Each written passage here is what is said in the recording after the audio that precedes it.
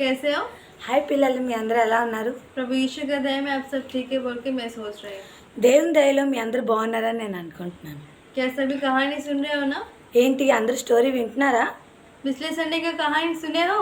పోయిన ఆదివారం స్టోరీ విన్నారా? तो कितना याद है मैं अभी टेस्ट करते हैं। అయితే ఎంత గుర్తుందో ఇప్పుడు నేను మీకు టెస్ట్ చేస్తాను. मोसेस को परमेश्वर ने बोला है जाके उस पत्थर से बात करो तब पानी आएगा। మోషేను దేవుడు చెప్పాడు, నువ్వు వెళ్ళి ఆ బండతో మాట్లాడు, అప్పుడు నీళ్ళు వస్తాయి. लेकिन उधर मोसेस जाके क्या किया? కానీ అక్కడికి మోషే వెళ్ళి ఏం చేశాడు? ये नीचे आंसर कमेंट करो। అది ఆన్సర్ కింద కామెంట్ చేయండి.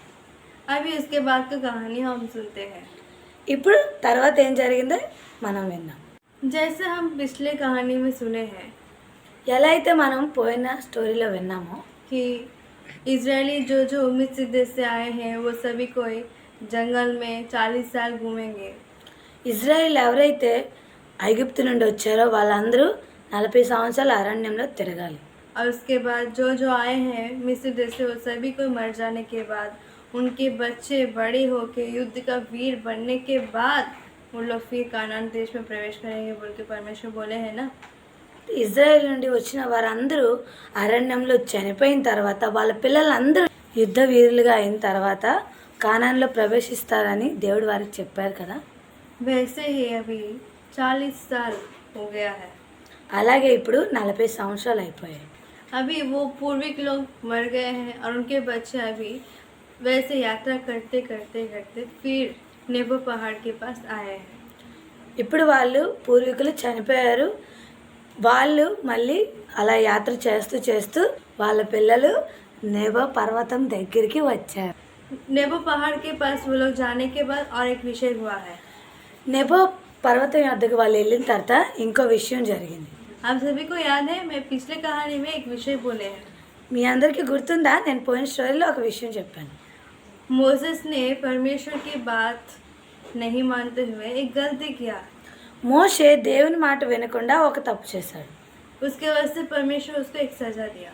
దాని వలన దేవుడు ఆయనకి ఒక శిక్ష వేశాడు. वो क्या है? అదేంటి? तुम कानान देश में पैर नहीं रखोगे। నువ్వు కానాన్ దేశంలో అడుగు పెట్టకూడదు. तो इसी वजह से परमेश्वर ने मोसेस को नेबो पहाड़ के ऊपर जाने के लिए बोलेंगे। అయితే అందువల్లనే దేవుడు మోషేతో నేబో పర్వతం యొద్దకి వెళ్ళమని చెప్తాడు. और पहाड़ चढ़ने के बाद परमेश्वर ने मोसेस को पूरा कानान देश मोसेस को दिखाएंगे। ఇంకా పర్వతం ఎక్కిన తర్వాత మోషేకు పూర్తి కానాని దేశం చూపిస్తాడు. और उधर ही परमेश्वर और एक विषय भी करेंगे। ఇంకా అక్కడే దేవుడు ఇంకో విషయాన్ని కూడా చేశారు. अभी हम लोग सुने हैं इजरायली लोग अभी नेबो पहाड़ के पास गया है। उसका मतलब क्या है? वो लोग अभी उधर से कानान देश जाने वाले हैं। దాని అర్థం ఏంటి? వాళ్ళు ఇప్పుడు అక్కడ నుండి కానాన్ దేశానికి వెళ్తారు. मतलब अभी मोसेस को परमेश्वर क्या बोला है? तुम कानान देश में पैर नहीं रखना है। అంటే ఇప్పుడు మోషేకి దేవుడు ఏం చెప్పాడు? నువ్వు కానాన్ దేశంలో అడుగు పెట్టకూడదు. मतलब अभी इजरायलियों को कानान देश में कौन लेकर जाएंगे?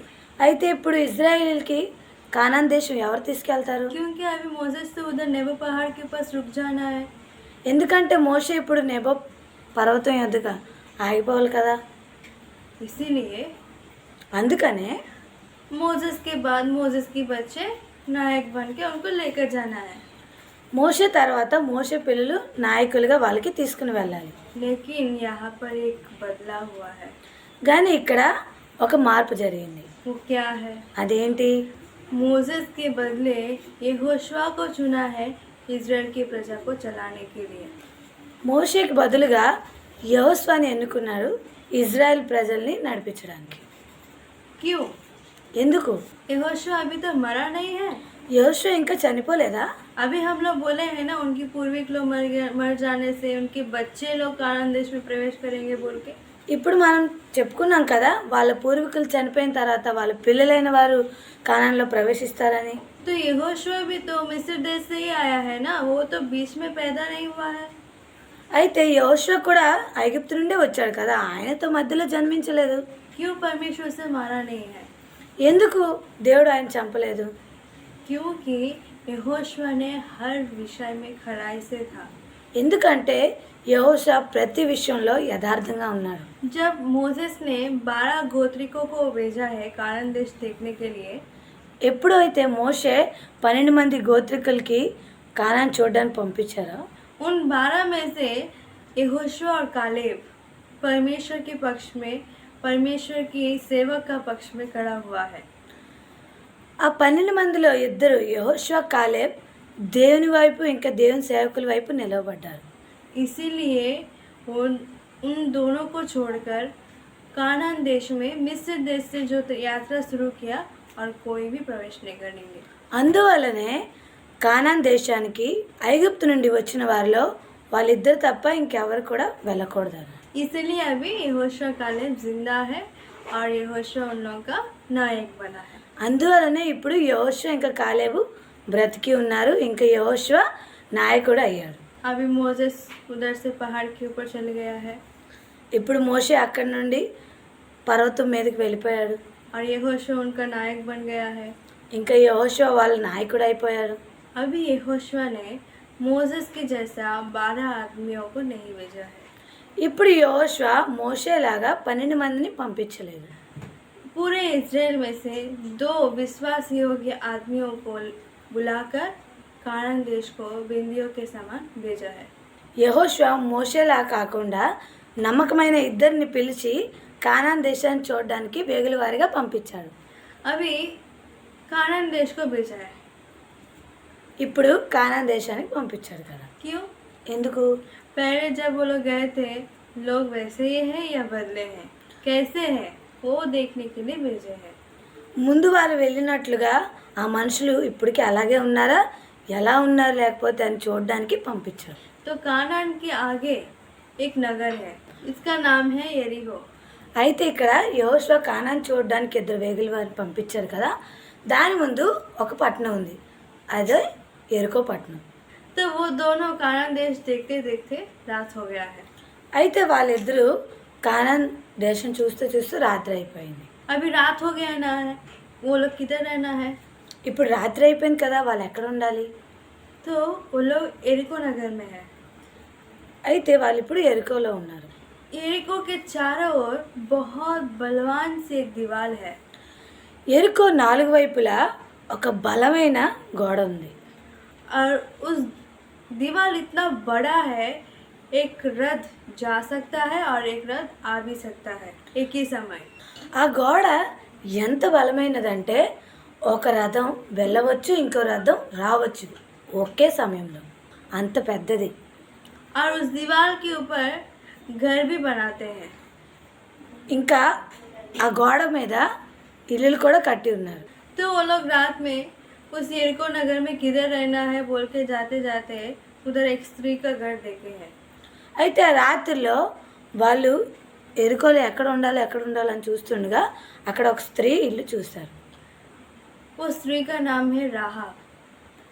ఆ స్త్రీ పేరు రాహాబు. और ये आदमी लोगों को देखकर वो स्त्री पहचान ली है कि वो बेंदिया है और वो लोग इस देश को देखने के लिए आया बोल के वो पहचान ली है। ఆ మనుషులు చూడగానే ఆమె గుర్తుపట్టింది, వీళ్ళు వేగుల వారని, ఈ దేశాన్ని చూడడానికి వచ్చారని. लेकिन वो स्त्री एक वेश्या थी। కానీ ఆమె ఒక పాపపు స్త్రీ. तो ये लोग उस औरत के घर में जा रहे थे कि उस रात में रह पाए, क्योंकि वो लोग बेंदिया है, किसी और के घर जाएंगे तो वो लोग लेकर जाके राजा का हाथ में सौंप देगा। इसीलिए उस औरत के घर में जाने के लिए ये लोग तैयार हुए हैं। వాళ్ళు ఆ స్త్రీ ఇంటికి వెళ్ళారు, ఎందుకంటే వాళ్ళు అక్కడికి వెళ్తేనే సేఫ్, లేకపోతే ఇంకెవరి దగ్గరికైనా వెళ్తే వాళ్ళు రాజుగారికి అప్పగిస్తారు. ఎందుకంటే వాళ్ళు వేగుల వారు, ఆ దేశాన్ని వేగి చూడడానికి వచ్చారు. लेकिन उतने में ही उन लोगों को सैनिक लोग देख लेंगे। కానీ అంతలోనే వాళ్ళకి సైనికులైన వారు చూస్తారు. ये विषय ये बेंदियों को पता नहीं है। కానీ ఈ విషయం ఆ వేగుల వారికి తెలియదు. लेकिन वो राहाब वेश्या जो है उसको पता है, वो सैनिक लोग इस बेंदियों को देख लिया है। కానీ ఆ రాహబ్ అనే పాపపు స్త్రీకి తెలుసు వాళ్ళు ఈ వేగుల వారిని చూశారని. इसलिए वो लेके गई है उसके अंदर, उसके घर के अंदर। అందుకనే వాళ్ళని ఆమె తీసుకువెళ్ళింది ఇంటి లోపలికి. और वो सैनिक लोग जल्दी जल्दी राजा के पास गया। ఇంకా ఆ సైనికులు తొందరగా రాజు వద్దకు వెళ్ళారు.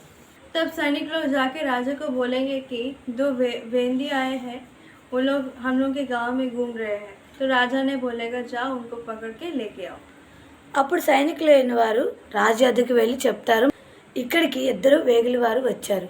అప్పుడు రాజు వారితో వాళ్ళని ఇక్కడ తీసుకుని రమ్మని చెప్తాడు.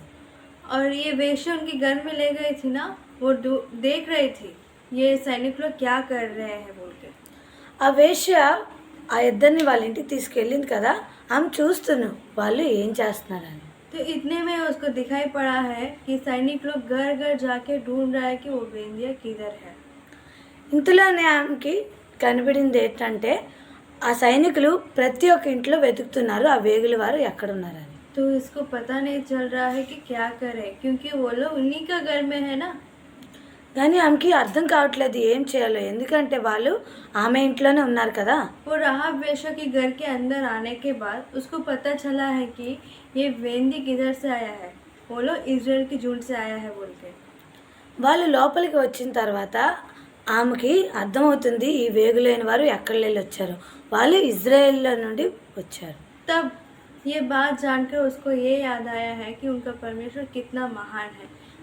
ఆ విషయం తెలుసుకున్న తర్వాత ఆమెకి ఒక ఆలోచన వచ్చింది, ఏంటంటే వీళ్ళ దేవుడు ఎంత గొప్పవాడు.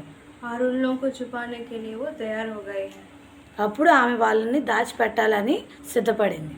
उन लोगों को अपने घर के ऊपर ले गई है వాళ్ళకి వాళ్ళ ఇంటి మీదకి తీసుకువెళ్ళింది. और उनको घास के नीचे छुपा दी है। ఇంకా వాళ్ళకి గడ్డి కిందన దాచిపెట్టింది. अभी सैनिक लोग आया, ఇప్పుడు సైనికులు వచ్చారు. जिसका घर पूरा देख रहे हैं किधर है बोल के, ఆమె ఇల్లంతా చూస్తున్నారు వాళ్ళు ఎక్కడున్నారని. और उसको भी बोल रहे हैं ఇంకా ఆమెను కూడా అడుగుతూ ఉన్నారు, क्या बिंदी इधर आया है, ఏంటి వేగుల వారు ఇక్కడికి వచ్చారా, तुम उसको देखे हो। నువ్వు వారిని చూసావా. तो वो बोली है हाँ हाँ मैं उनको देखे हैं, అప్పుడు ఆమె చెప్తుంది, అవును నేను చూశాను, लेकिन वो लोग अभी इधर नहीं हैं। కానీ వాళ్ళు ఇప్పుడు ఇక్కడ లేరు. वो लोग हम लोग के गांव को छोड़ के बाहर जाने के लिए एकदम जा रहे थे, వాళ్ళు మన ఊరిని విడిచిపెట్టి వెళ్ళడానికి బయటికి వెళ్తూ ఉన్నారు. और उस टाइम में उन लोगों को देखे हैं। అప్పుడు వాళ్ళకి నేను చూశాను. तुम लोग अभी जाने से उन लोगों से भेंट कर पाओगे। అయితే మీరు ఇప్పుడు వెళ్తే వాళ్ళని కలుసుకోగలరు. क्यों क्यों ऐसे बोली है वो। ఎందుకు ఎందుకు అలా చెప్పిందామా.